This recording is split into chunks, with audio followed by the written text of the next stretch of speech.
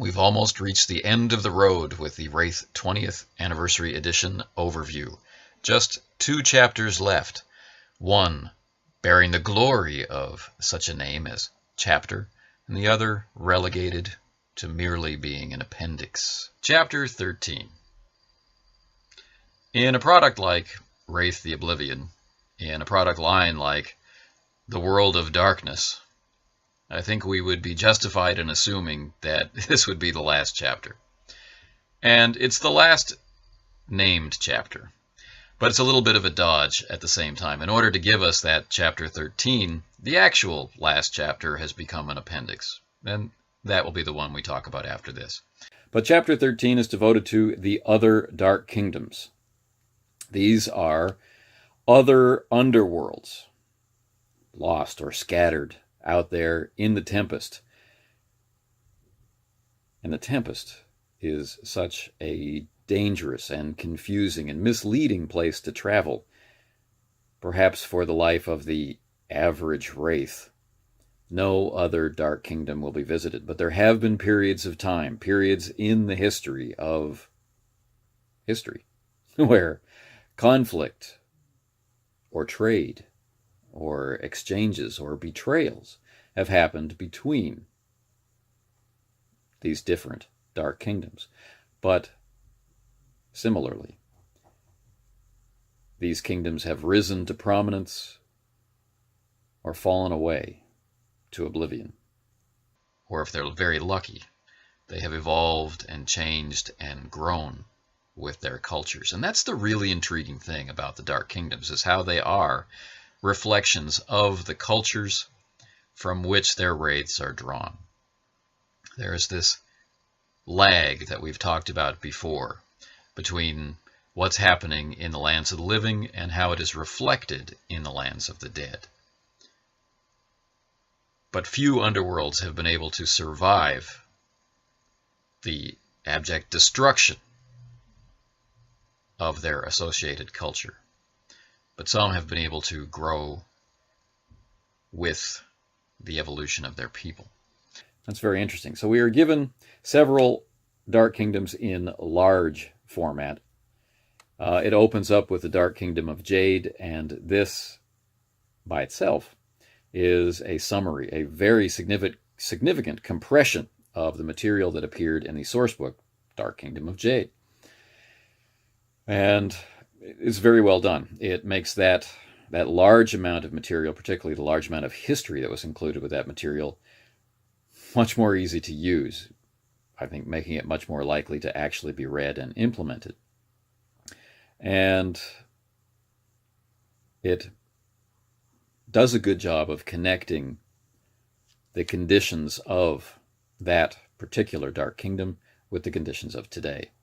Again, making it actionable, making it practical, making it useful, and tying it directly to the nature and the desires of wraiths, their cosmological outlook, their metaphysical, their religious outlooks, all the things that combine together to make that underworld different, and then put it in conflict with Stygia. So that all works nicely. Included in here is, like I said, a lot of history. We have our Charon analog in the Jade Emperor. We have our soul forging and soul steel analog in Jade. And we have some, unique Arkanoid to be aware of. So an awful lot of culture, a completely different bureaucratic structure, a completely different feel and atmosphere to this particular underworld to make it worth having. And it serves as a very good template for building your own, should you have a particular culture that you're interested in. But the Dark Kingdom of Jade is not the only one that's represented. Now, it does take up a significant portion of the page count allotted to this chapter. Quite a bit, actually. And we find the next chapter begins on page 441. And this is a Southern Asian Dark Kingdom. This gives us Svarga. And similarly, it opens with a look at the metaphysics of the culture, their view of the way to live, but then more directly gets into the very specific nature of living in that particular Dark Kingdom. And it covers a slightly smaller page count before turning us to the Dark Kingdom of Obsidian. This is one that really stands out because there are an awful lot of sins in the lands of the living which reflect very strongly on, South American and Central American culture, and so therefore are heavily reflected in the underworld. And a significant portion of this page count is dedicated to helping us understand that, helping us see how things were viewed and how things are now, and speaking very directly about certain underworlds that have been wiped out of existence or have been hurt so badly that they have walled themselves off, never to be found again.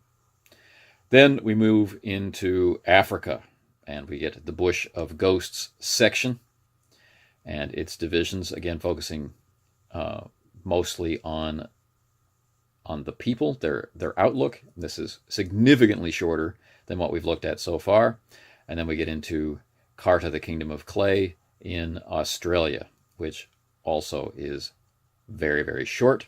Then we get into the Mirror Lands. This is the Caribbean. Again, short. Then, the Arkanoid for all of these Dark Kingdoms, all their special abilities, are all kept separate, which will certainly make them easier to find later on once you're using the book purely as a reference. And I think it's good. It's a little frustrating when you're reading it and you're hearing about them and then, having to flip when the information is new, but it's definitely something to appreciate later. So it's a good decision. That starts on page 457, and it opens up with the Arkanoid of the Jade Empire. And the formatting in this section matches the chapter and the standard format for all the chapters that we've had so far, until we get to the South Asian Dark Kingdoms. And then it takes on the kind of full-color guild format that we have seen in the earlier chapters when dealing with the Stygian guilds. So that's a little disruptive. It's still presenting the same type of information. It just looks different as it presents it. So it's not problematic, but it is a little strange. And so the entire chapter ends on page 467, having covered a lot of different cultural information, a lot of different supernatural information, and setting us up to be able to reflect at least short-term visits to those places very confidently, and to give us a very strong starting point if we want to make it more of an important aspect of our particular chronicles. And I am going to assume that it's this kind of information which will, expand the line should there be any subsequent expansions. What follows is not chapter 14. What follows is an appendix called Orpheus. And for all intents and purposes, it's chapter 14.